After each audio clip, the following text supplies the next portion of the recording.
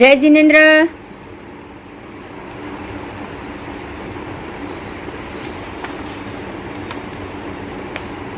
कल हमने एकेंद्रिय जीव के पर्याप्ता पर्याप्ता भेद देखे।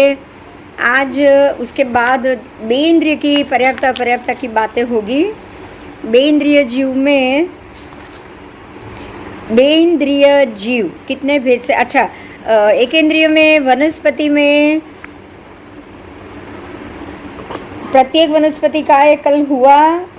अब साधारण वनस्पति का, बादर वनस्पति का और एकेंद्रिय जीवों की बात की थी।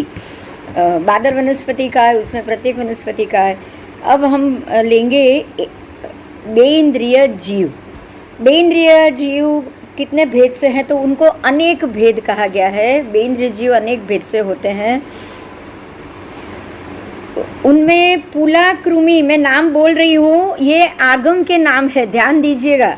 हम जो नॉर्मल नाम जानते हैं वो नाम शायद आपको ये नाम सुनने के बाद लगे कि ये कहाँ से है या ऐसे कौन से जीव होंगे, लेकिन हमें ये चीज़ नहीं समझनी है, क्योंकि कुछ चीज़ों का नाम जैसे हम बोलते हैं ना, विभ्रंश होके बदल जाता है समय के साथ। शहर के नाम और जो जो महत्व के नाम है वो विभ्रंश होते होते होते बदलते जाते हैं।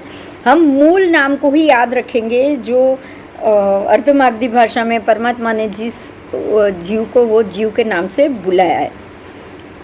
पुलाकृमि, कुक्षी कृमि, ये सारे पेट के कृमि की बात है। बेइंद्रिय जीव गंडोलग, गोलोम, नेपुरा, सोमंगलग, वंशीमुख, शुचिमुख, गोजलौक, जलौका, जालाउच, शंख, शंखनक, धुल्ला, खुला, गुलिया, खंड, वराटा, मौक्तिक, शौक्तिक, कलुयावास, एकर्त आवर्त, द्विधावर्त, नंदिकावर्त, शंभुक, मातृवाह, शुक्ति संपुट, चंदनक।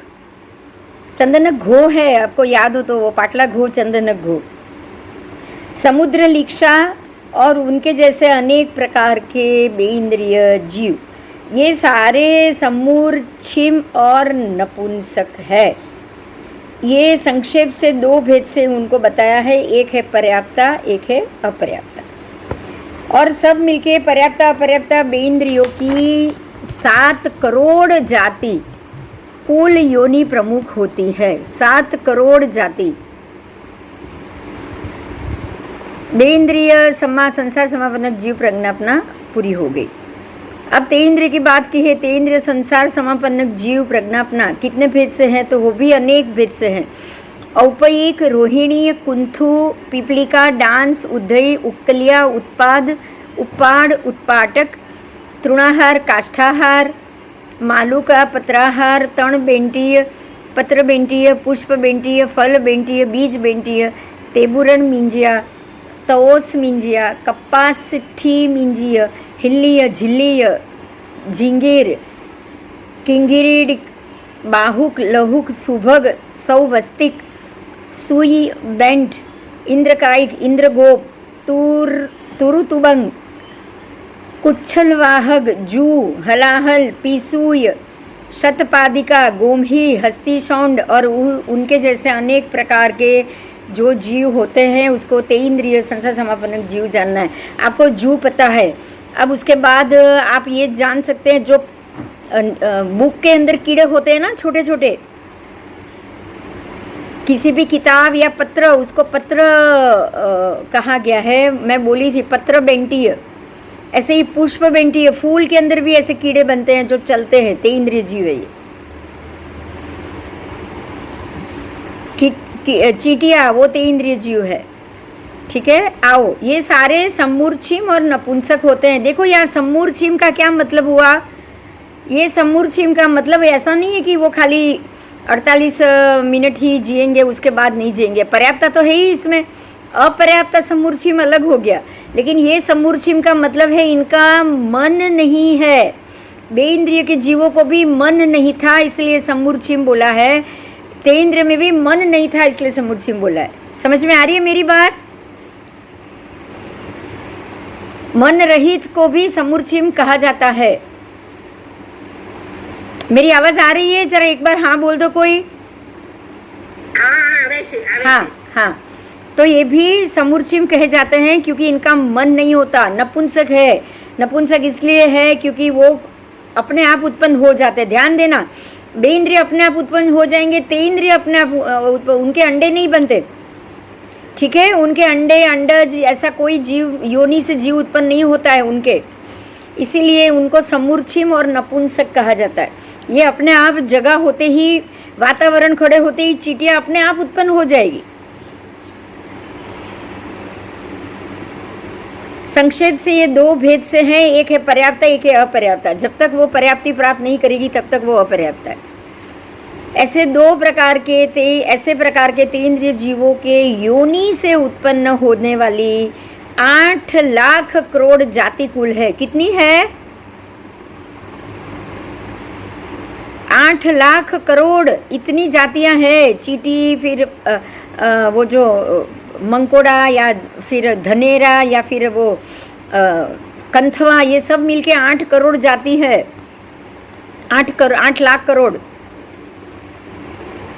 अब चौरिंद्रिय संसार समापन्नक जीव वो भी अनेक भेद से हैं, जैसे कि अंधीय, पत्तीय, मक्षिका, माखी, मशक, कीट, पतंग, पतंगिया, ढंकुण, ढंकुण मतलब माकड़, कुक्कड़, कुक्कुह, नंदावर्त, सिंगीरीड। आई थिंक ढंकुण माकड़ ही होगा, नहीं तो ढंकुण कुछ और भी हो सकता है, नहीं पता। कृष्णपत्र, नीलपत्र, लोहित पत्र, शुक्लपत्र, चित्रपक्ष, विचित्रपक्ष, ओहंजलिया, जलचारिका, गंभीर, नीनीय, तंतव, अच्छीरोड, अक्षिवेद, सारंग, नेऊर, दोला, भ्रमर, भरीली, जरूला, तोटा वीछी, पत्रवीछी, छाण वीछी, जलवीछी, पियंगाल, कणग, गोमय कीड़ा और उसके जैसे अनेक प्रकार के चौरिंद्रिय संसार समापन्नक जीव जानना। नीनीय, तंतव, अच्छीरोड, अक्षिवेद, सारंग, नेऊर, दोला, भ्रमर, भ्रमर मतलब भंवरा, भरीली, जरूला, तोटा, वीछी, वीछी को भी यहाँ चौरिंद्रिय माना है, पंचेंद्रिय नहीं। पत्र वीछी, छाण वीछी, छाण में भी जो वीछी उत्पन्न होते वो, जल वीछी, पानी में जो वीछी होते, पियंगाल, कणग, गोमय कीड़ा, इसके अलावा दूसरे ऐसे प्रकार के सारे चौरिंद्रिय समापन्नक जीव जानना। ये भी सारे समूर्छिम और नपुंसक है। ध्यान दो, समूर्छिम होने से उनको मन पर्याप्ति नहीं है और नपुंसक है, मतलब ये भी अपने आप उत्पन्न हो जाते, जगह देखते ही उत्पन्न हो जाएंगे ऐसे। ये भी संक्षेप से 2 प्रकार से, पर्याप्त भी, अपर्याप्त भी। और इनके पर्याप्त और अपर्याप्त चौरिंद्रिय जीवों की योनि से उत्पन्न 9 लाख करोड़। एक देखिए, ध्यान दीजिएगा, बेइंद्रिय थे 7 लाख करोड़, तेइंद्रिय थे 8 लाख करोड़, चौरिंद्रिय थे 9 लाख करोड़, बराबर। इतनी उनकी जाति कुल होती है, इतने प्रकार की जाति के वो जीव होते हैं। अब पंचेंद्रिय संसार समापन्नक की बात की है, वो 4 भेद से हैं। नैरयिक, नारकी के पंचेंद्रिय संसार समापन्नक जीव प्रज्ञापना, पूरा नाम मैं बोल रही हूँ। तिर्यंच योनिक पंचेंद्रिय संसार समापन्नक जीव प्रज्ञापना। तीसरा है मनुष्य पंचेंद्रिय संसार समापन्नक जीव प्रज्ञापना, और चौथा है देव पंचेंद्रिय संसार समापन्नक जीव प्रज्ञापना। नैरयिकों के भेद कितने हैं? तो उनके 7 भेद है। वो 7 भेद में रत्नप्रभा, नारकी, पृथ्वी नैरयिक, फिर शर्करा प्रभा पृथ्वी नैरयिक, वालुका प्रभा पृथ्वी नैरयिक, पंख प्रभा पृथ्वी नैरयिक, धूम प्रभा पृथ्वी नैरयिक, तम प्रभा पृथ्वी नैरयिक, तमस्तम प्रभा पृथ्वी नैरयिक। ऐसे 7 नारकी के 7 भेदों को अलग अलग बताया, ठीक है। और 7 में पर्याप्त, अपर्याप्ता कहे गए। 7 में जब तक वो जीव पर्याप्ता ही है सब, लेकिन उनके जो लहू, उनके जो खून निकलता है उसमें भी अपर्याप्त जीव उत्पन्न होते हैं उनके जैसे ही। और दूसरा, जब तक वो पर्याप्ति प्राप्त नहीं करेंगे तब तक भी वो अपर्याप्त कहे जाएंगे। आओ, पंचेंद्रिय तिर्यंच योनिक। अब उनके 3 भेद है। पहला है जलचर पंचेंद्रिय तिर्यंच, फिर स्थलचर पंचेंद्रिय तिर्यंच और खेचर पंचेंद्रिय तिर्यंच। जलचर देखो, ये पंचेंद्रिय से आपको जो नपुंसक है वो नहीं मानना है, और दूसरा समूर्छिम भी नहीं मानना, ये सबके मन होंगे, ये सारे मन सहित है, क्योंकि पांचवी इंद्रिय आ गई, पांचों इंद्रिय आ जाने से मन बल अपने आप मिलेगा। पांचों इंद्रिय इकट्ठे होके ही मन बल प्राप्त होता है।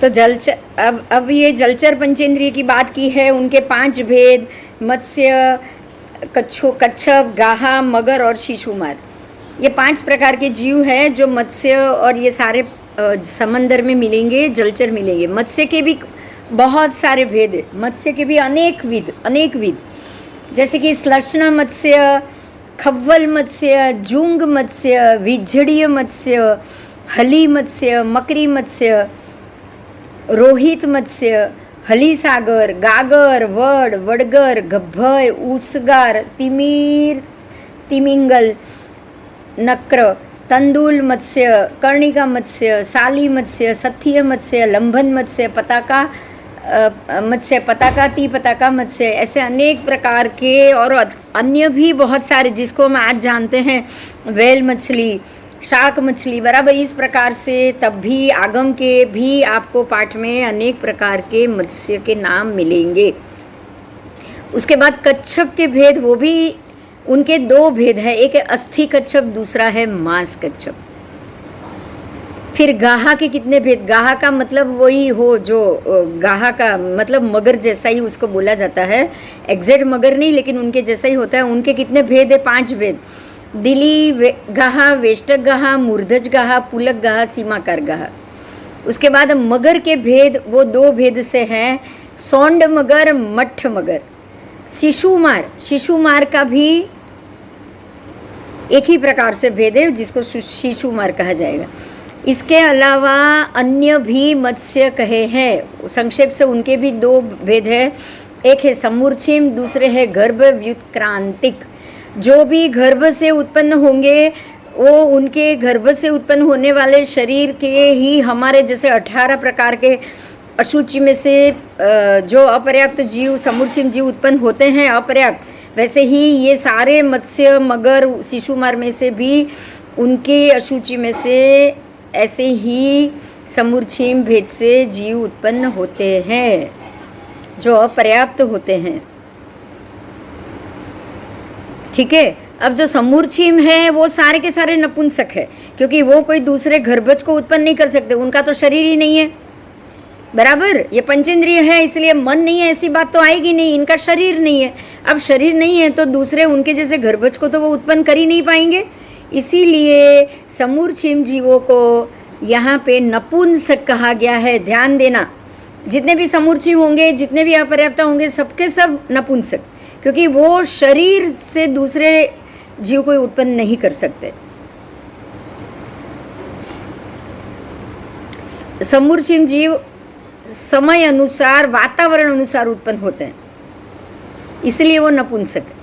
और जो गर्भ व्युत्क्रांतिक है उनके भी 3 भेद है, एक है स्त्री भेद, दूसरा पुरुष भेद, तीसरा नपुंसक भेद। उसमें भी ये 3 भेद आएगा, स्त्री भी आएंगे, ये मछली में या मगर में या सब में, जलचर में स्त्री जाति, पुरुष जाति और नपुंसक जाति, तीनों जाति आएंगी। इस प्रकार से पर्याप्ता, अपर्याप्ता, जलचर, तीर्यक योनिकों के 12.5 करोड़, कितने सुन रहे हो? हाँ, 12.5 करोड़ इनकी कुल जाति प्रमुख है, अलग अलग। आपको लग रहा है कि ये समझ में मतलब कितना सरप्राइज है, जो खाली जलचर पानी के जीव की योनि कितनी, 12.5 करोड़, इतनी जगह इसके ये जीव होते हैं उत्पन्न। इतने इतने अन्य प्रकार के भी जीव होते हैं। आओ, स्थलचर, पंचेंद्रिय, तिर्यंच, योनिक, इसके भी 2 भेद है, चतुष्पद स्थलचर और तिर्यंच योनि और परिसर्प स्थलचर। देखो स्थलचर के 2 भेद, चतुष्पद, परिसर्प। तो जो चतुष्पद है उनके 4 भेद, 1 खुरा, 2 खुरा, गंडीपद पद और सनख पद। मतलब ये 1 खुरा, 2 खुरा अलग अलग उनके नाखून और उनके हिसाब से उनकी योनि है। एक खुरा में कौन आएगा? एक खुरा का भी अनेक भेद, मैं नाम बोल रही हूँ। अश्व, अश्वतर, खच्चर, घोड़ा, गधा, क्षोर, गोरक्षर, कंदलक, श्रीकंदलक, आवर्तक, ये सारे प्रकार के जो प्राणी है उनकी एक खुरा होती है। एक खुरा आपको पता है ना, घोड़े का देखो पूरा ऐसे पांचों उंगली भेगा एक ही पैर होता है, अलग अलग उंगली नहीं होती, बराबर। उसको एक खुरा कहा जाता है। अब दो खुरे वाले की बात की है तो उसमें है ऊंट, गाय, गवय, रोज, पसय, महिष, मृग, संवर, वराह, बकरा, घेटा, रूरू, शरभ, चमर, कुरंग, गोकर्ण आदि सबके दो खुरे होते हैं। ऐसे ऐसे ही पैर तो एक ही, लेकिन ऐसे दो है अलग अलग, ऐसे अलग अलग, ये अलग और ये अलग, इनकी खुरा ऐसी आएगी। तो ये दो खुरा हो गई, एक ये हो गया, एक ये हो गया। घोड़े की एक ही थी ऐसी गोल, घोड़े की ऐसी एक ही थी, तो दो खुरा वाले ये प्राणी हो गए। अब गंडी पद जिसको गंड स्थल होता है, गंडी पद का मतलब उसको गंड स्थल होता है, हाथी को होता है पता है गंड स्थल,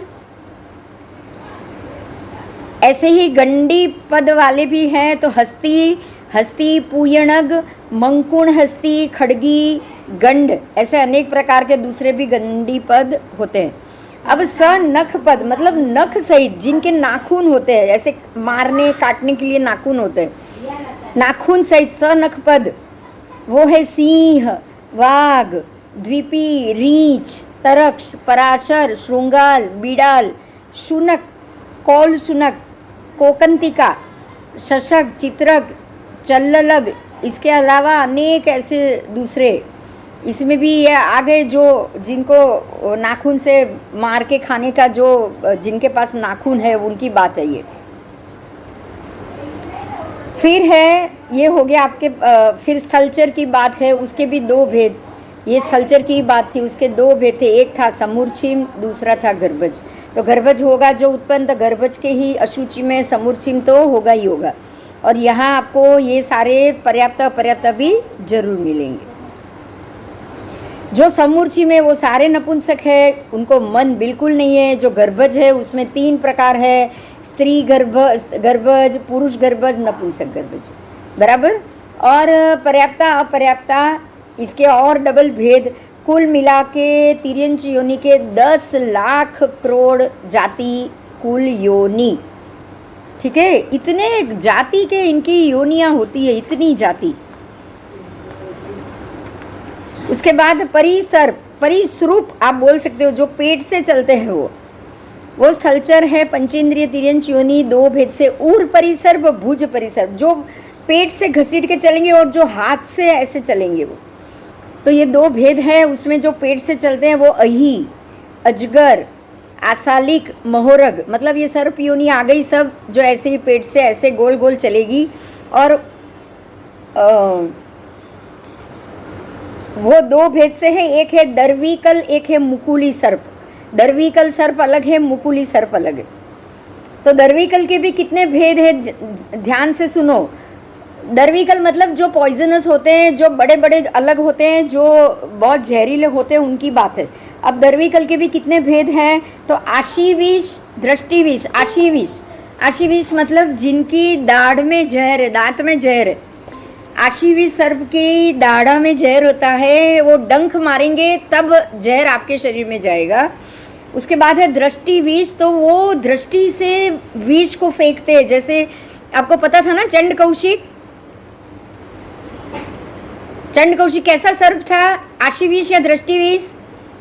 दृष्टिविष। हाँ, दृष्टिविष था। वो दृष्टि से ही मार देता था, दृष्टि से दूर से ही जहर फेंकता था और लोग मर जाते थे। उसके बाद है उग्रविष। उग्रविष का मतलब अभी वो 1 सेकंड में आपके खून में वो उसका डंक गया नहीं और सीधे ही आप मर जाओ, वो उग्रविष होता है। फिर भोगविष, फिर त्वचाविष, खाली त्वचा पे ही लगे। फिर लालाविष, उसकी लाड़ में से ही लगे, लाड़ अगर मिक्स हो तो ही लगे विष। उच्छ्वास विष, जो श्वास उच्छ्वास से विष लगाए। निश्वास विष, कृष्ण सर्प, श्वेत सर्प, काकोदर, दग्ध पुष्प, कोलाह, मैली मिंद्र, शेषेंद्र, जो शेष नाग है ना वो, ऐसे ऐसे अनेक प्रकार के जो अन्य सर्प हैं वो दर्वीकर कहा गया है। दर्वीकर जो ज़्यादा पॉइजनस है, ज़्यादा उसमें आपके आज के नाम अगर जानना चाहो तो वासुकी नाग, शेष नाग, 5 फणा वाला सर्प, ये सब इसमें आ जाएगा। सहस्त्र फणा सर्प, 7 फणा सर्प, ये सारे अलग अलग है, स्पेशल है, इसकी स्पेशल जातियाँ होती है, ये सब इसमें आ जाएगा। मुकुली की नाम बताया है। मुकुली क्या है तो मैं नाम बोल रही हूँ, वो भी सर्प ही है लेकिन वो बिल्कुल साधारण सर्प है जो आपको ना डंक मारो तो भी वो मरे नहीं या आप कुछ ना हो ऐसा। तो उसके जो नाम है वो मैं बोल रही हूँ, दिव्वाग, गोणस, कसाहीय, वई, ऊल, चितली, मंडली, माली, अही, अही सलाग, वास पताका, ऐसे अनेक प्रकार से उसके नाम होते हैं, उनको मुकुली कहा गया है। अब बात की है अजगर की। अजगर के भी यहाँ भेद बताए हैं। अजगर तो एक ही प्रकार से जैसे कि अजगर। फिर आसालिक, आसालिक के कितने भेद हैं तो आसालिक के भेद बताए हैं और ये कहाँ समूर्छिम रूप से कहाँ उत्पन्न होते हैं। आसालिक समूर्छिम रूप से उत्पन्न होते हैं। मतलब आसालिक क्या है तो किसी देव की, जैसे हम बोलेंगे ना, देव अगर कोई सर्प बनना चाहे या देव सर्प बन के आ जाए तो वो आसालिक बनते हैं, क्योंकि ये समूर्छिम है, उनका शरीर नहीं होता है, वो वैक्रिय होते हैं और तुरंत ही 48 मिनट में वो खत्म हो जाएंगे। बराबर। अगर कोई वैक्रिय लब्धि से आ सर्प की योनि उत्पन्न कर ले कुछ समय के लिए तो वो जरूर आसालिक होंगे। आसालिक मनुष्य क्षेत्र में मतलब 2.5 द्वीप में, फिर निर्व्याघात से 15 कर्म भूमि में, ये 2.5 द्वीप की 15 कर्म भूमि और व्याघात से 5 महाविदे में। ध्यान देना, व्याघात से 5 महाविदे में और निर्व्याघात से 15 कर्म भूमि। ये निर्व्याघात व्याघात कुछ समझ में आया कि समझाऊं? समझा। हाँ, देखो ये जो सर्प है, आसालिक सर्प समूर्छिम रूप से उत्पन्न होते हैं और ये समूर्छिम है, ये नपुंसक है, ये निर्व्याघात से 15 कर्म भूमि। अब 15 कर्म भूमि में जो सर्प है उनकी योनि मतलब उनकी जो समूर्छिम, उनके जो हम बोलते हैं ना 18 अशुचि, अशुचि में से तो समूर्छिम सर्प आसालिक उत्पन्न होना है कि नहीं होना है? होना है। जो आसालिक गर्भज है उनके शरीर से समूर्छिम तो उत्पन्न होंगे ही होंगे, और तो वो निर्व्याघात होंगे ना, उसमें व्याघात नहीं पड़ेगा। व्याघात मतलब निरंतर, निरंतर। तो जो आसालिक गर्भज है उनके तो निरंतर रूप से समूर्छिम होते रहेंगे। क्लियर हुआ? हाँ, होते रहेंगे। अब निर्व्याघातिक का मतलब ऐसे कंटिन्यू नहीं, कभी कभी। तो कभी कभी कब होगा? ध्यान दो, सुनो, मैं बोल रही हूँ, सुनो। 5 महाविदे में चक्रवर्ती की छावनी में, अब अभी मैं आपको एक एग्जाम्पल दे रही हूँ। आपको पता है वो पाश बाण छोड़ा था इन्होंने, रावण ने, कुंभकर्ण ने, और राम और लक्ष्मण दोनों को सर्पों ने ऐसे लपेट के रख दिया था, याद है? नागपाश। ये सारे समूर्छिम, ये सारे दैवी शक्ति से उत्पन्न होने वाले, ये देवताई सर्प होते हैं जो समूर्छिम होते हैं। ये निर्व्याघातिक होंगे ना, रोज तो होंगे नहीं, नहीं। ये शक्ति विशेष होते हैं। नागपाश बाण छोड़ने के कारण हुआ था, तो जब तक वो उसकी असर खत्म नहीं होती, ये मंत्र की मंत्रोक्त होते हैं, जब तक वो मंत्रोक्त असर उसके ऊपर दूसरे मंत्र, या जब हनुमान गए, हनुमान जी और संजीवनी बूटी लेके आए और वो नागपाश के सारे नाग उन्होंने पाश को छोड़ दिया, मतलब अब वो अलोप हो गए, खत्म हो गए, तभी ये खत्म हो पाया। बराबर, बराबर। तो ये कब होगा? 5 महाविदे में ये होते हैं। और दूसरा, 5 महाविदे में तो बहुत सारे राजा और सब है, तो वो ऐसे बाण छोड़ते रहेंगे कि नहीं? हाँ या ना? हाँ। और उसके बाद चक्रवर्ती की छावनी में, चक्रवर्ती राजा जो लड़ाई करते हैं और सामने वाले चक्रवर्ती, ये वासुदेवी थे ना, वासुदेव, बलदेव, मांडलिक, महामांडलिक की छावनी में। अब ये राम और लक्ष्मण वासुदेव बलदेवी थे ना? हाँ, तो उनकी छावनी में ऐसे निर्व्याघातिक होंगे। अब समझ में आ गया निर्व्याघातिक? हाँ। महामांडलिक, मांडलिक कोई भी राजा की छावनी में होगा, क्योंकि राजा सभी ऐसे तीर, मंत्रोक्त तीर चलाते ही है जिससे ये नागपाश निकलेंगे और ये आसालिक उसको बोला जाता है और वो सामने वाले व्यक्ति को अपने अंदर जकड़ ले। आओ, तो गाम, नगर, खेड़, करबट, मडम्ब, द्रोणमुख, पट्टन, आकर, आश्रम, संवाद, राजधानी, ये सारा जो मैं नाम बोली ना, जैसे हमारा तालुका, जिला, पंचायत सब होते कि नहीं, राज्य, देश, इस प्रकार से विभाजन है। लेकिन ये पहले के नाम, इसमें एक राजधानी फेमस है आपको, बाकी नहीं। गाम, नगर आप जानते हो बस। गाम, नगर से खेड़, करबट से राजधानी तक, मतलब गाम सबसे छोटा हुआ, फिर दूसरे नगर, तीसरा खेड़, चौथा करबट, पांचवा मडम, छठा द्रोणमुख, सातवां पट्टन, आठवां आकर, नौवां आश्रम, 10वां संवाद और 11वीं राजधानी। मतलब ये एक पूरा स्टेट बनते बनते 11 अलग अलग तालुका में ये बटेगा। समझ में आया? हाँ,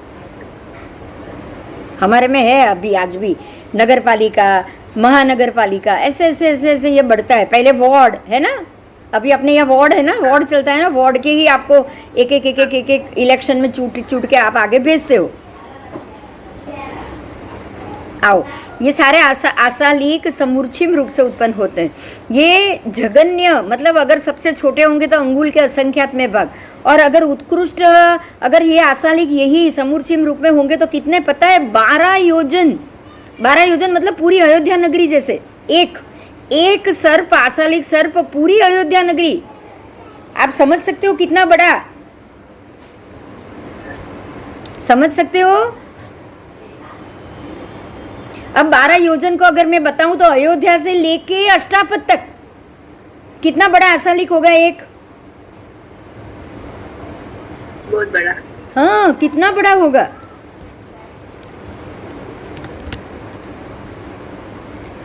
ये आसालिक असंगनी, ये बिल्कुल असंगनी होते हैं, क्योंकि वो शरीर तो है ही नहीं, है समूर्छिम जीव है। मिथ्या दृष्टि, असंगनी तो है ही, संज्ञा बुद्धि नहीं है, लेकिन मिथ्या दृष्टि तो है ही वो, क्योंकि ये सम्यक दृष्टि जीव असंगनी में जाएगा ही नहीं। ये अब यहाँ पे ध्यान रखो, ये आपको बहुत बड़ा मुद्दा मिला है। असंगनी, मिथ्या दृष्टि और अज्ञानी ही मिलेंगे। असंगनी कभी भी सम्यक दृष्टि और ज्ञानी कभी नहीं मिलेंगे। बोलो, ये बहुत बड़ी बात है कि नहीं? बताओ। हाँ। अगर सम्यक दर्शन आ गया आपको तो अब भव गिनती या बहुत कम हो जाएगी। कर्म आपके ऊपर अशुभ कर्म की चढ़ना ही बहुत कम हो जाएगा। तो अब आपको असंगनी या समूर्छिम में जाने की जरूरत पड़ेगी? नहीं पड़ेगी आपको। हमारे लिए बहुत अच्छी बात है, अगर हम मिथ्या दृष्टि को ही निकाल देना तो हम बहुत से संसार के चक्र से बाहर आ सकते हैं कि नहीं? बताओ। हाँ, और अंतर्मुद की आयु पूर्ण करके खत्म होने वाले ऐसे ये आसालिक होते हैं। अब महोरग की बात की है। महोरग कितने भेद से हैं? तो वो अनेक भेद से है। महोरग, ये भी उरग का मतलब है सर्प, और महासर्प, ये भी महासर्प होते हैं। जैसे ये आसालिक अजगर, बड़ा 12 योजन का एक आसालिक बताया ना आपको, तो बड़ा ही अजगर हुआ। ऐसे ही महोरग भी अनेक भेद से, कुछ अंगुल प्रमाण, कुछ अंगुल पृथकत्व, अलग अलग वेद पृथकत्व, अंगुल पृथकत्व, हाथ जितने, कुक्षी जितने, धनुष पृथकत्व, गाव पृथकत्व, योजन पृथकत्व, 100 योजन। आप समझ सकते हो? 100 योजन और 1000 योजन, सहस्त्र योजन पृथकत्व महोरग होते हैं। अब ये बताओ कि जो आपने वो सुना था शेषनाग, तो ये 1000 योजन, 1000 योजन का शेषनाग हो सकता है कि नहीं हो सकता है? हो सकता है। जो स्थल में वो जन्मेंगे, जल में या स्थल में ही घूमेंगे। बाहर के द्वीप समुद्र में ही इतने बड़े बड़े होंगे। कहाँ पे होंगे ये? बाहर के द्वीप समुद्र। इतने बड़े बड़े महोरग और सर्प तो 1000 योजन का भरत क्षेत्र में कहाँ से आएगा? बताओ। भरत क्षेत्र खुद ही तो 550 योजन का है, 525 का। हाँ। अब उसमें 1000 योजन का तो महोरग आ नहीं सकता। हाँ, तो ये बाहर के समुद्र में मिलेंगे, लवण में मिल सकते हैं, दूसरे पर्वतों पे मिल सकते हैं, और यहाँ भी मिल सकते हैं। ये जैसे हरिवंश क्षेत्र और उसमें भी मिल सकते हैं ये, क्योंकि इतने बड़े बड़े बड़े तो वही होंगे ना जो युगलिक होते हैं, वही होंगे ना। युगलिक के समय के ही मोहरक ऐसे ही बड़े होंगे ना। हाँ हाँ, आओ। परिसर्प, जो पेट से चलने वाले स्थलचर भी दो भेद से समूर्छिम और गर्भज, ये तो आपको बता दिया है। परिसर्प तो गर्भज होते हैं, गर्भज के ही समूर्छिम जन्म लेते हैं उनकी अशुचि में। जितने समूर्छिम है वो सारे नपुंसक है। और गर्भज के 3 भेद है, पुरुष गर्भज, स्त्री गर्भज और नपुंसक गर्भज। ऐसे प्रकार के पर्याप्ता अपर्याप्ता उर परिसर्प 10 लाख करोड़ जाति कुल योनि प्रमुख के मिलेंगे। 10 लाख करोड़, कितने? 10 लाख करोड़। 10 लाख करोड़। यस, तो इस प्रकार से ये उर परिसर्प हुए। अब भुज परिसर्प की बात की है, उसके कितने भेद? तो अनेक भेद। भुज जो हाथ से चलने वाले, तो नकुल, सबसे पहले नोड़िया। कैसे चलता है वो? हाथ और पैर, उसके आगे के हाथ 2 हाथ है, वो कभी कभी बैठ जाता है, बराबर। गाय की तरह नहीं है, गाय 2 पैर से नहीं चल सकती, लेकिन नोड़िया 2 पैर से चल सकता है। खिसकोली 2 पैर से चल सकती है, बराबर। यस, तो नकुल, सेहा, काकीड़ा, शल्य, सरंठ, सारा, खोर, घरोली, विश्वंभर, मूषक, मूषक मतलब चूहा, मंगूस, वो भी 2 पैर से चलेगा। प्रचलायित, क्षीर विरालीय, जोहा, चतुष्पादिका, ऐसे अनेक प्रकार के कहें। उसमें भी 2 भेद है, समूर्छिम और गर्भज। समूर्छिम सारे नपुंसक है, और गर्भज है उसके 3 भेद है, स्त्री, पुरुष और नपुंसक। ठीक है, तो इस प्रकार से पर्याप्ता अपर्याप्ता भुज परिसर्प की 9 लाख करोड़ जाति, 9 लाख करोड़ जाति के भुज परिसर्प होते हैं। आओ, अब खेचर पंचेंद्रिय तिर्यंज योनि की बात की है। वो 4 भेद से हैं, चर्म पक्षी, रोम पक्षी, समुद्रगक पक्षी और वीतत पक्षी। चर्म पक्षी के 2 अनेक भेद है। चर्म मतलब चमड़ी, चमड़ी वाली पाँख, जिसकी पाँख चमड़ी वाली है, जिसकी पाँख वो पीछी वाली है वो नहीं, लेकिन चमड़ी वाली है। तो आपको ये पता है, चामा चिड़िया तो होता ही है, बराबर। वागुली, जलोया, अडिल्ला, भारंड पक्षी, जीवम जीव, समुद्र वायस, कर्णतिया पक्षी, विरालिका, ऐसे अनेक प्रकार के पक्षी यहाँ ग्रहण करना है आपको। मैं यहाँ भारंड पक्षी के मामले में बताती हूँ। ये भारंड पक्षी ऐसा होता है जो हाथी को भी अपने पैरों में ऐसे पकड़ के उठा के ले जाता है, हाथी को।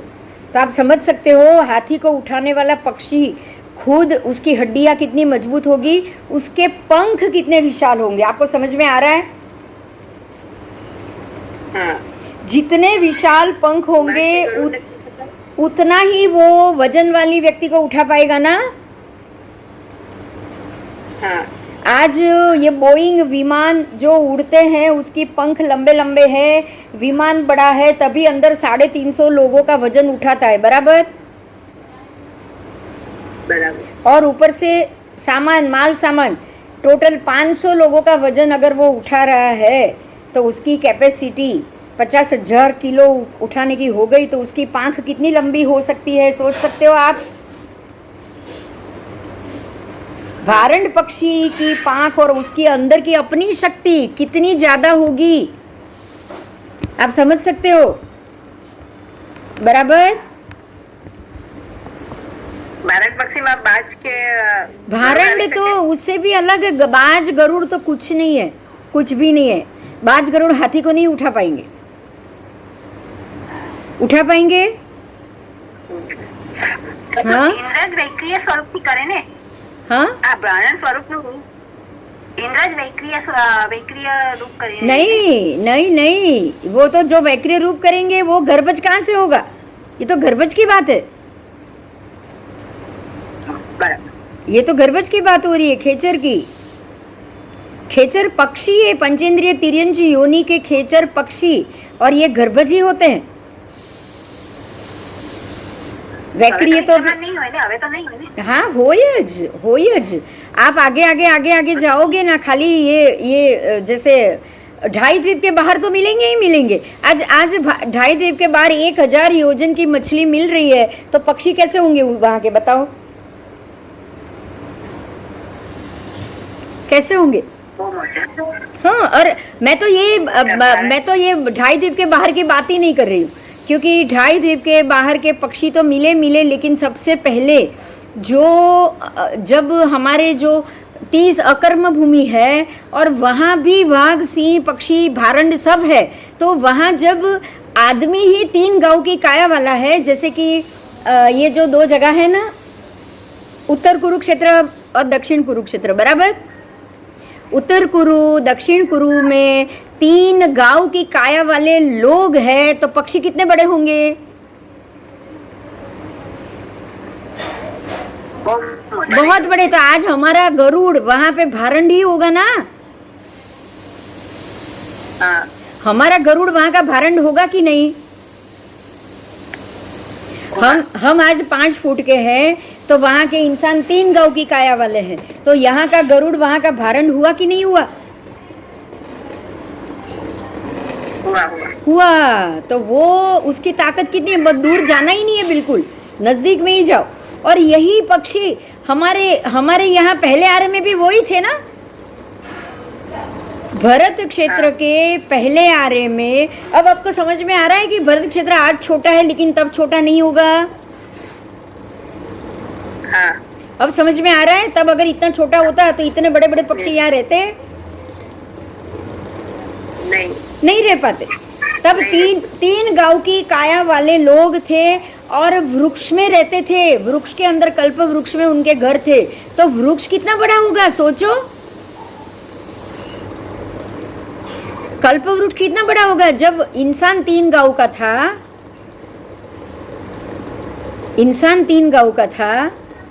तो वृक्ष कितना बड़ा होगा.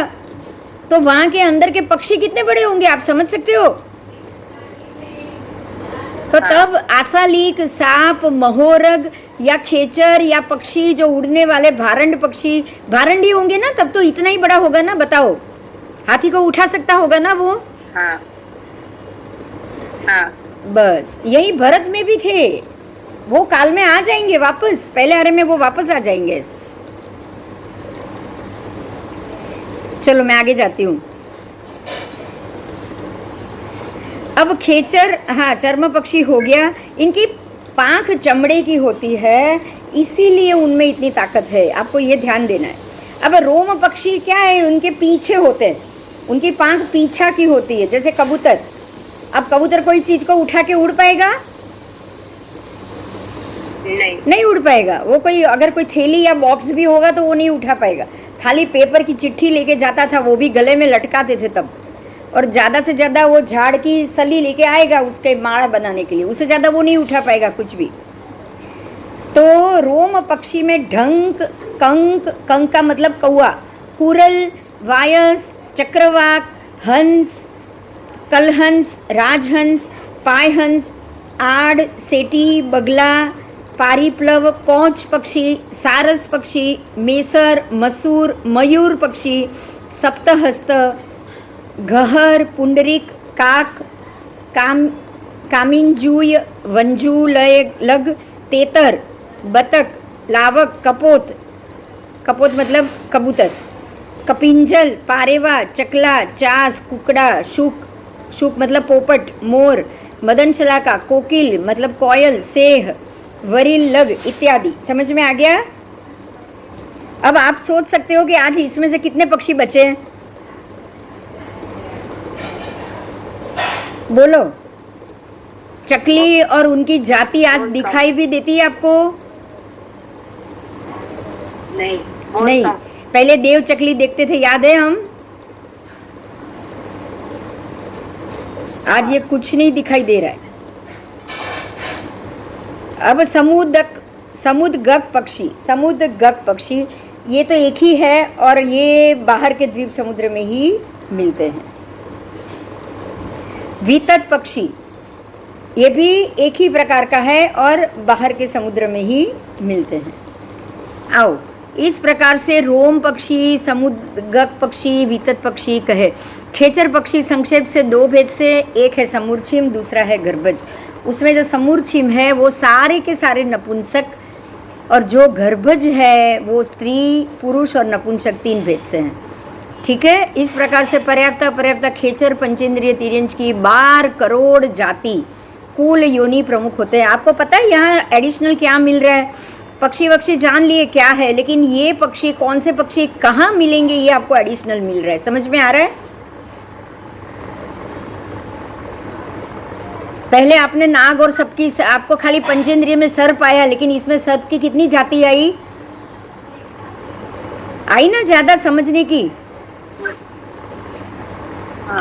हाँ, चलो अब यहाँ शॉर्ट में फिर से बताया है कि बेइंद्रिय से लेके पंचेंद्रिय तिर्यंच तक अनुक्रम से 7 लाख करोड़, 8 लाख करोड़, 9 लाख करोड़, 12.5 करोड़, 10 करोड़, 10 करोड़, 9 करोड़ और 12 लाख करोड़ जाति कुल।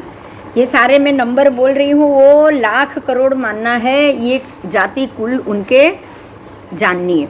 इस प्रकार से आपका खेचर, पंचेंद्रिय और तिर्यंच हुए। बोलो, कोई प्रश्न है? हाँ, नहीं, ठीक है, चलो। हाँ, चलो अब आगे जाएंगे। अब आगे बताया है मनुष्य के भेद। पंचेंद्रिय मनुष्य, उसके भी 2 भेद हैं। एक है समूर्छिम और दूसरा है गर्भव्युत्क्रांतिक, मतलब गर्भज और समूर्छिम। तो समूर्छिम मनुष्य के भेद कितने हैं और कहाँ समूर्छित कहाँ होते हैं? 45 लाख योजन प्रमाण मनुष्य क्षेत्र में, 2.5 द्वीप और समुद्र में, 15 कर्म भूमि में, 30 अकर्म भूमि में और 56 अंतर्द्वीपों में गर्भज मनुष्य की जो भी मल मूत्र आदि 18 अशुचि होती है, उसके अंदर जैसे कि उनके मल, फिर मूत्र, फिर कफ, नाक का मैल, वमन, पित्त, परु, लोई, वीर्य, शुक्र पुद्गल का त्याग में, परित्याग में, जीव रहित क्लेवर में, स्त्री पुरुष के संयोग में, नगर की खाड़ में 12, 13 सर्वे अशुचि स्थानों, मतलब ऐसे 14 स्थान हो गए। ये कितने हुए? 18 नहीं, 14 है। मैं गलती से 18 बोल रही हूँ। कितने हैं अशुचि के स्थान? 14 है। हाँ, ये 14 स्थानों में ये समूर्छिम जीव उत्पन्न होते हैं। और जहाँ जो मनुष्य का, समझो कि मेरा मल मूत्र नगर की खाड़ में चला गया है, तो वो खाड़ में अगर मेरा मल, उसमें मल होगा तो मेरे ही जैसा समूर्छिम होगा। अगर कोई किसी और का होगा तो उसके जैसा समूर्छिम होगा। अंगुल के असंख्यात भाग प्रमाण अवगाहना से ये उत्पन्न होते हैं।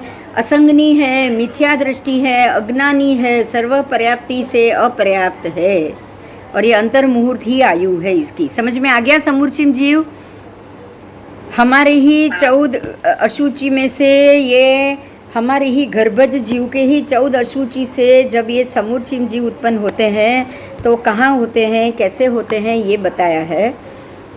और ये तो हमारे पास तो इसके लिए कोई ऑप्शन तो है ही नहीं, क्योंकि हम अपने आप को खाने पीने से या मल मूत्र त्याग से तो रोक नहीं पाएंगे ना। नहीं, हमारे सांस लेने से, नाक के मैल से, कफ से, ये सब में तो होगा ही होगा, हम कुछ नहीं कर सकते उसमें। आओ, अंगुल के असंख्यात, हाँ हो गया। गर्भ व्युत्क्रांतिक मनुष्य। अब गर्भज मनुष्य कहाँ है? गर्भ से उत्पन्न होने वाले, तो उसके 3 भेद है, कर्म भूमिक, अकर्म भूमिक और अंतर्द्वीप। अंतर्द्वीप के मनुष्य अलग है, कर्म भूमि के अलग है और अकर्म भूमि के अलग। आगे जाएंगे। अंतर्द्वीप के मनुष्य के भेद कितने हैं? तो उनके 28 भेद है। 28 भेद क्यों? क्योंकि अंतर्द्वीप ही 28 है। अगर अंतर्द्वीप 28 होंगे तो उनके भेद भी 28 होंगे। तो मैं उनके नाम एक बार बोल रही हूँ, आपको नाम से समझ में आ जाएगा, क्योंकि जैसा नाम है वैसे वो मनुष्य का आकार।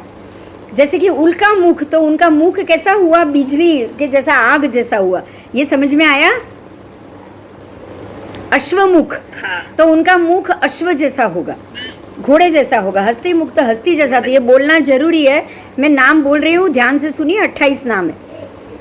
एकोरुक, आभासिक, वैशाणिक, नांगोलिक, हयकर्ण, गजकर्ण, गोकर्ण, शस्कुलीकर्ण, आदर्श मुख, मेंढमुख, अयोमुख, गोमुख, अश्वमुख, हस्तीमुख, सिंहमुख, व्याघ्रमुख, अश्वकर्ण, हरिकर्ण, अकर्ण, कर्ण प्रावरण, उल्कामुख, मेघमुख, विद्युन्मुख, विद्युदंत, धन दंत, लष्ट दंत, गुड़ दंत, शुद्ध दंत।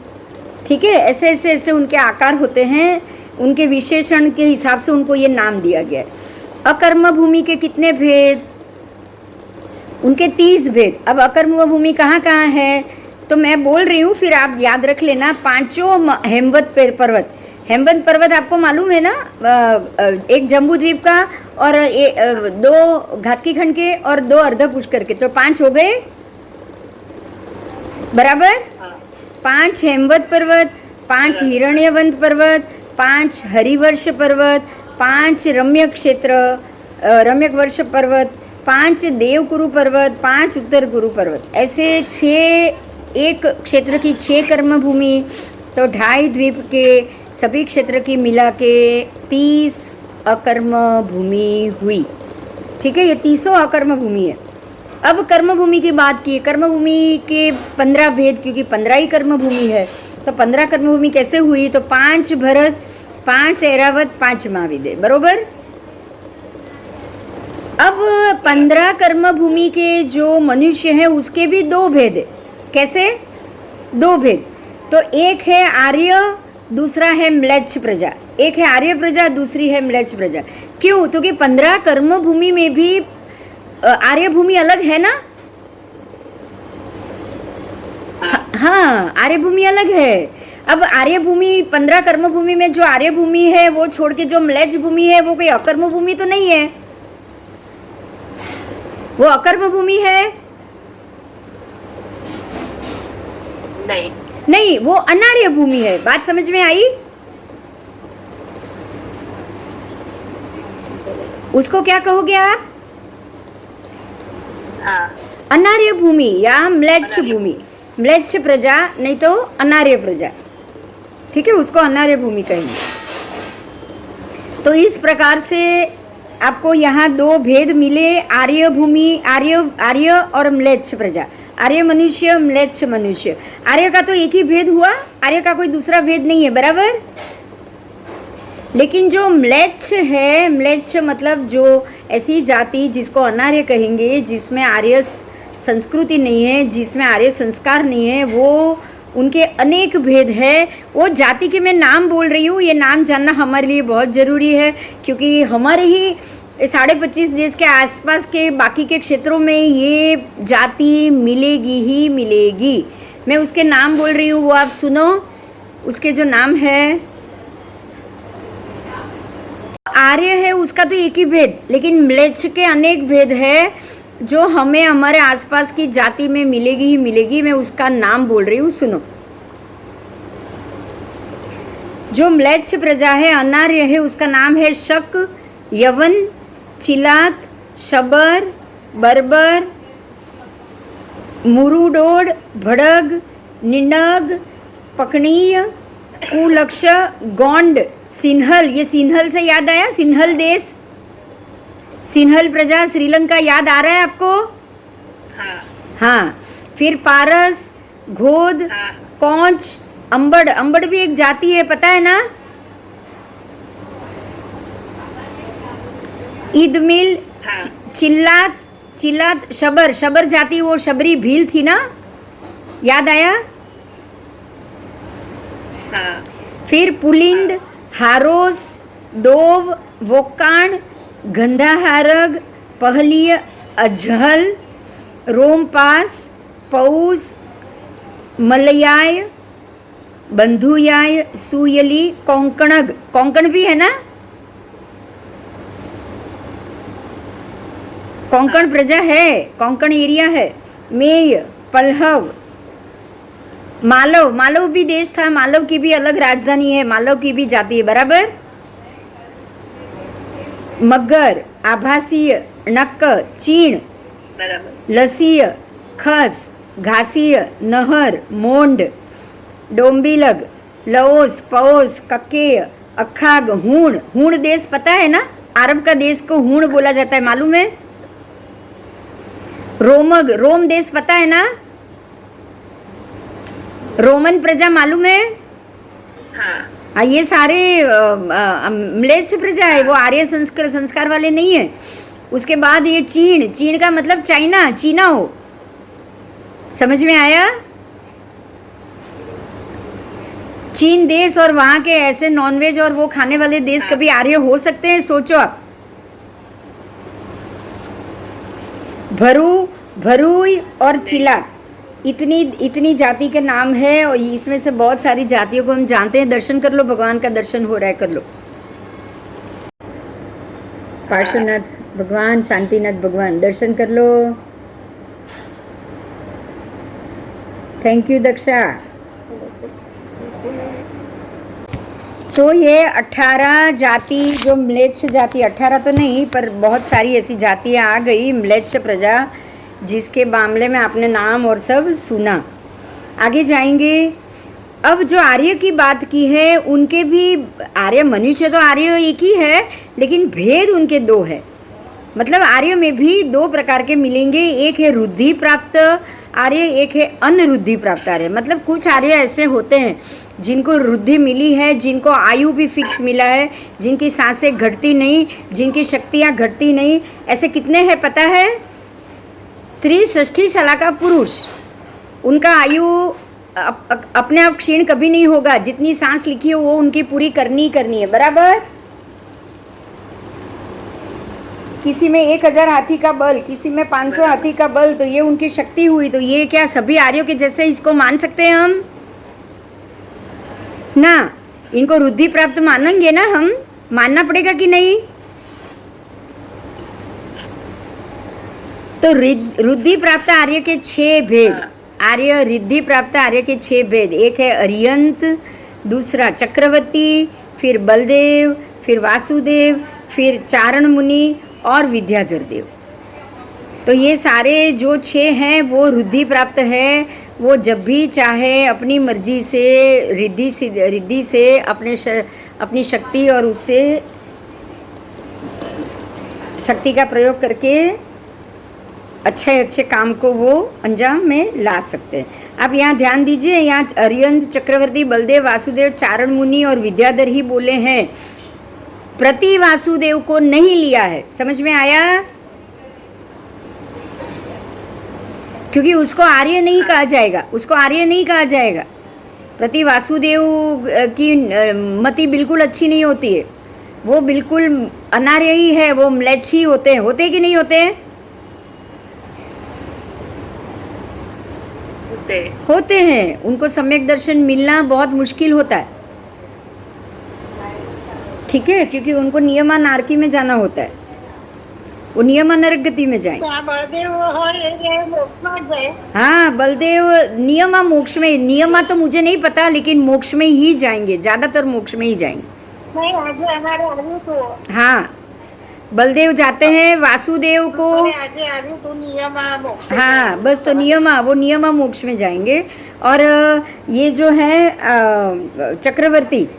चक्रवर्ती ने, जिन्होंने दीक्षा ले ली, संयम अंगीकार कर लिया, सब छोड़ दिया, तो मोक्ष है। नहीं छोड़ा तो वो भी नरक में जाएंगे। वासुदेव को तो नियमा नरक में ही जाना है, वासुदेव को नियमा नरक में ही जाना है। प्रति वासुदेव भी नरक में जाएंगे। वासुदेव कभी भी छोड़ नहीं सकते। चक्रवर्ती तो दीक्षा भी ले सकते, लेकिन वासुदेव कभी दीक्षा नहीं ले सकते। लेकिन ये 6 के 6 आर्य है, प्रति वासुदेव आर्य नहीं है। ભગવાન છે ને બળદેવ બન્યા છે, શાંતિનાથ ભગવાન બળદેવ બન્યા હતા ને, એના ઉપરથી અમને આજે સરે કીધું। तो शांतिनाथ भगवान अगर बलदेव, हाँ, शांतिनाथ भगवान बलदेव છે કે ચક્રવર્તી છે? ના, 2 વાર ચક્રવર્તી, 1 વાર તીર્થંકરના પુત્ર, હા. એક બાર બળદેવ અચ્છા. અને પછી ચરમભવી અને બધા જ ભાવમાં એટલે દીક્ષાધારી અમે. हाँ हाँ चल ખાલી तो बलदेव અને हाँ तो फिर बलदेव कहाँ से नियम मोक्ष जाएंगे फिर वो नहीं गए ना चरम भवी में तो तीर्थंकर बने हैं તો એ છે ને બળદેવ हाँ तो बलदेव नियम मोक्ष नहीं जाते फिर नियम मोक्ष नहीं आएगा या फिर वो बलदेव बने नहीं होंगे इंक्वायरी करना અચ્છા हाँ पूछना ठीक से ये भी हो सकता है બળદેવ કીધું અમને આજે. नहीं तो अगर बलदेव होते तो बलदेव नियम मोक्ष नहीं जा सकते फिर બળદેવ કેમ કે બળદેવ બહુ સરળ હોય. नहीं वो अलग बात है वो सरल है वो अलग बात है लेकिन नियम मोक्ष नहीं जाएंगे नियम मोक्ष जाते तो तीर्थंकर का भाव मिलता મને नहीं લાગે કે બળદેવ એટલે સરળ હોય ને એટલે હા નહીં તો એ વખતે જ મોક્ષે ગયા हाँ હોત ને. नहीं नहीं नहीं जाते नहीं जाते ठीक है चलो आगे जाएं मेरे ख्याल से ये कृष्ण वासुदेव के बराबर है, हाँ। बड़े भाई बलदेव भी मोक्ष नहीं गए कृष्ण वासुदेव के बड़े भाई बलदेव भी मोक्ष नहीं गए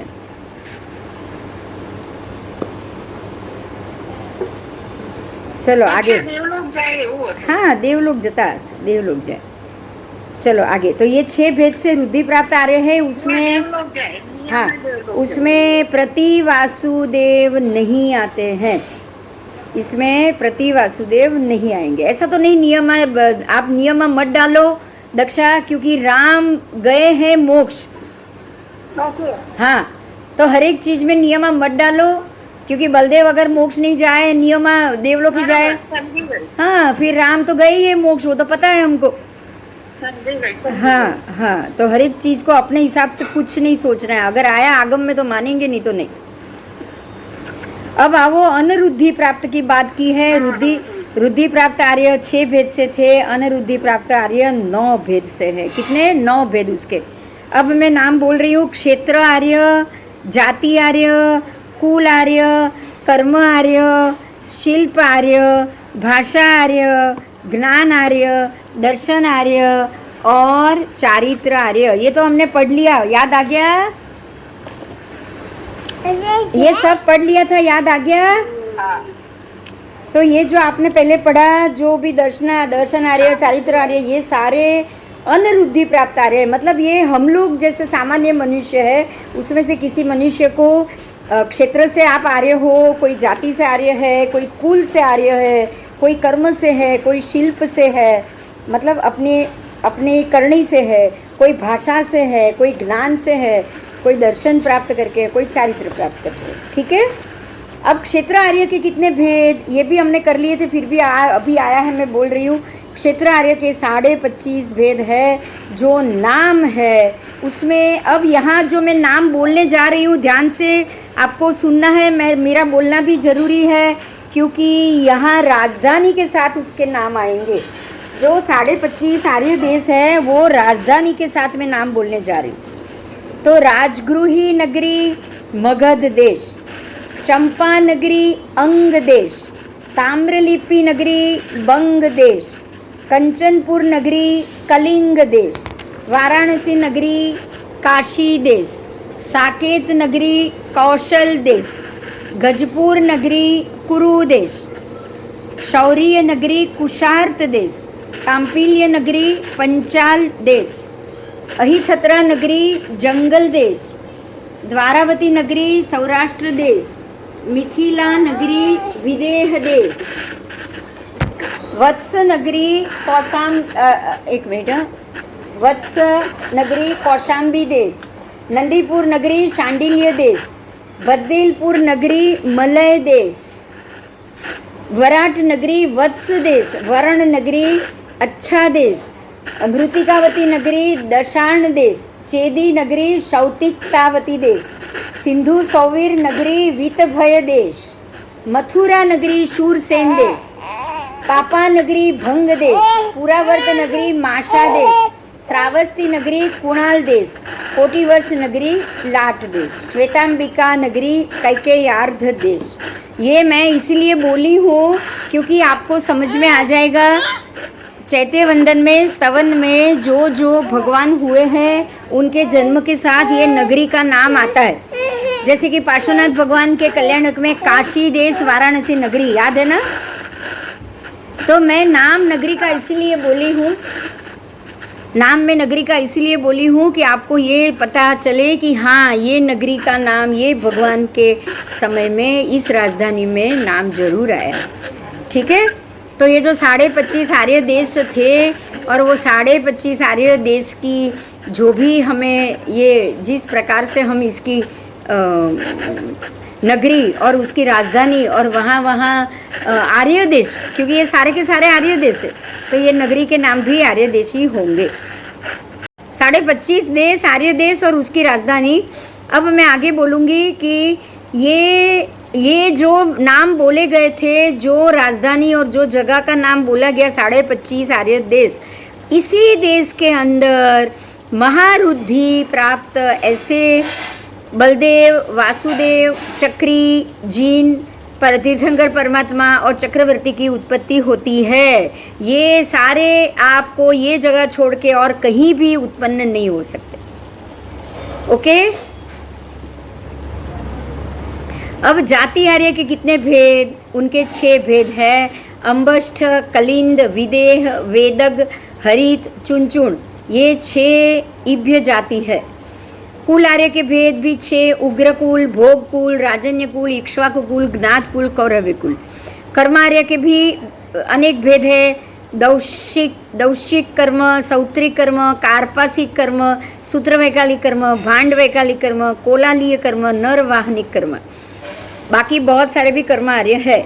अब शिल्पार्य के भी अनेक भेद है। तुन्नाग शिल्पार्य, तंतुवाय शिल्पार्य, पट्टकार, देयड़, वरुट, छर्विक, काष्ठ पादुकाकार, मुंज पादुकाकार, छत्रकार, वज्रकार, पुस्तककार, लेप्यकार, चित्रकार, शंखकार, दंतकार, भांडकार, जिज्जककार, सेलकार, कोटिकार। भाषार्य के कितने भेद? तो अर्धमागधी भाषा जो उससे बोल रहे हैं उनको भाषार्य कहा जाता है। उसमें भी ब्राह्मी लिपि का प्रवर्तन होता है और ब्राह्मी लिपि का 18 प्रकार से ब्राह्मी लिपि का विधान कहा गया है।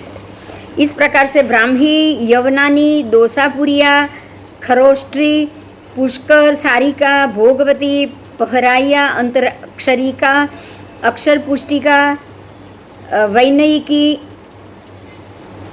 निन्हविकी, अंक लिपि, गणित लिपि, गांधर्व लिपि, आदर्श लिपि, माहेश्वरी लिपि, डोम लिपि, पौलिंदी लिपि आदि भाषा आर्य कहा गया है।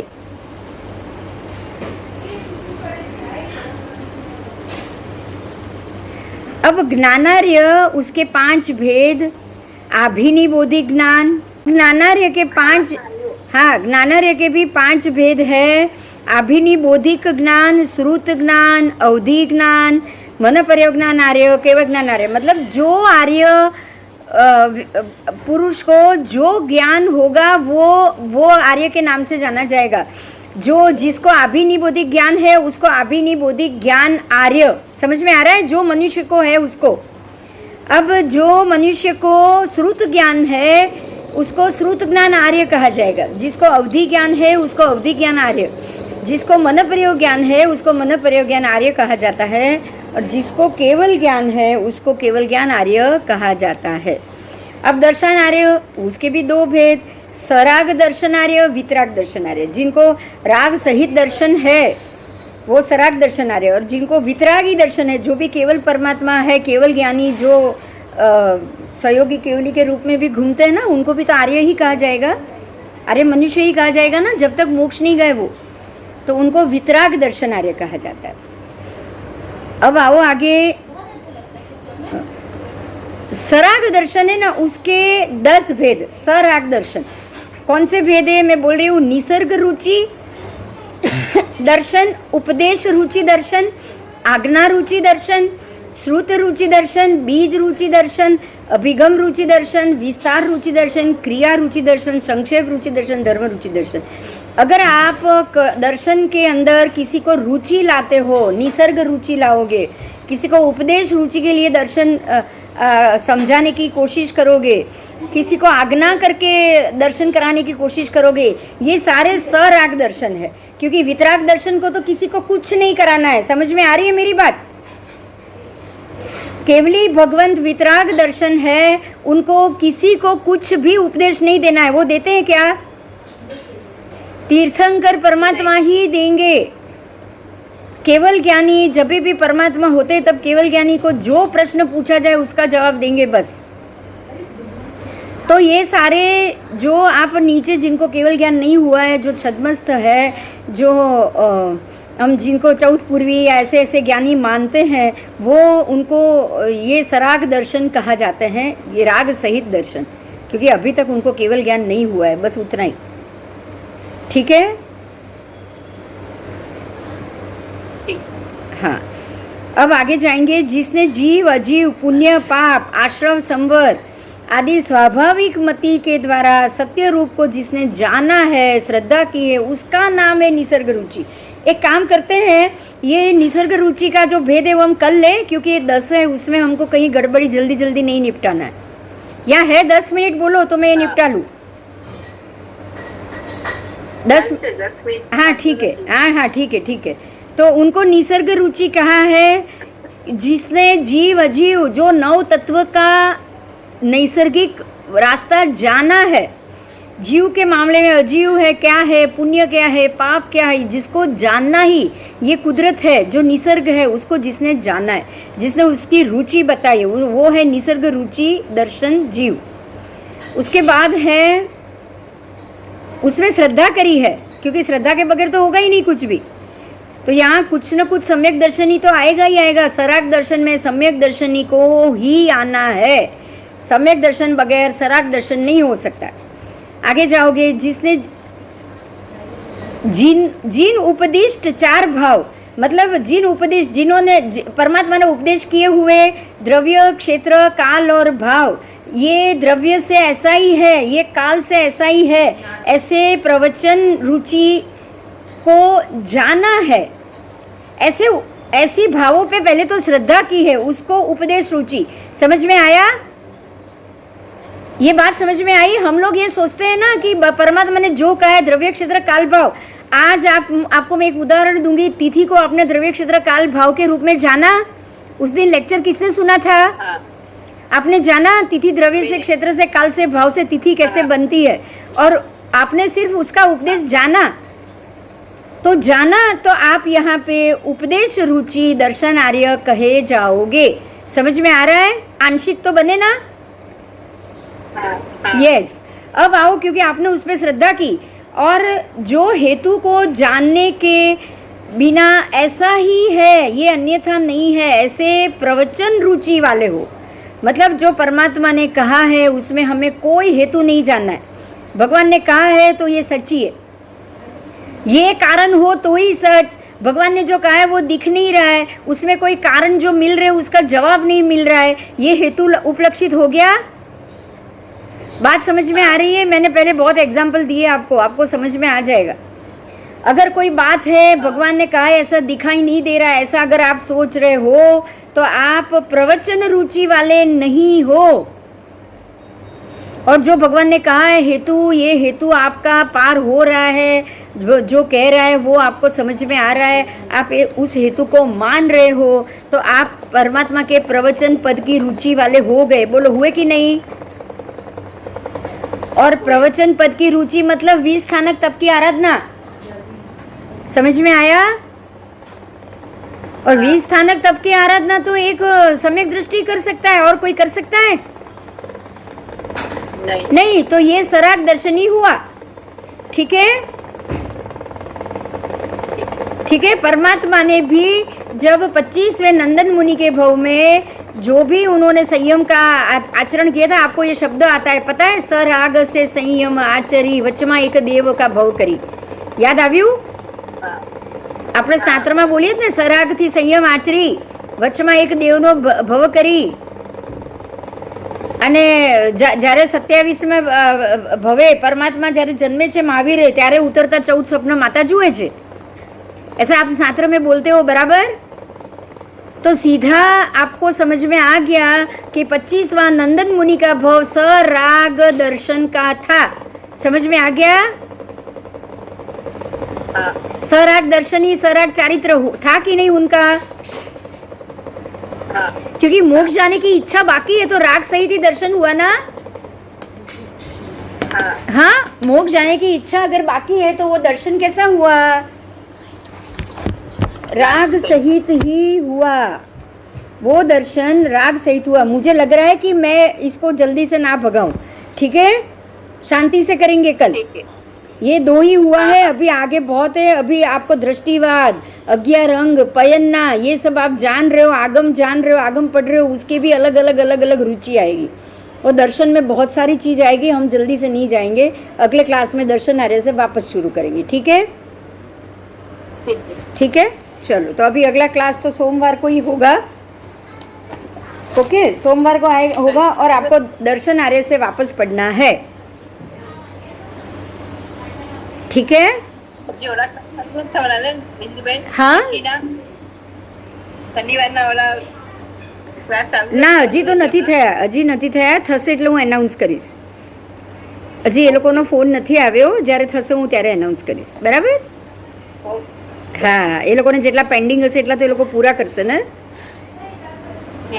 હા, જેને જેને કહેવાઈ ગયું હોય એ તો એ લોકોને પહેલાં પૂરા કરવા પડશે. હવે આવશે બીજી વાર ત્યારે વાત. હમણાં તો કંઈ ફોન નથી આવ્યો. ના ના બહુ પાસ હોય છે ફૂલ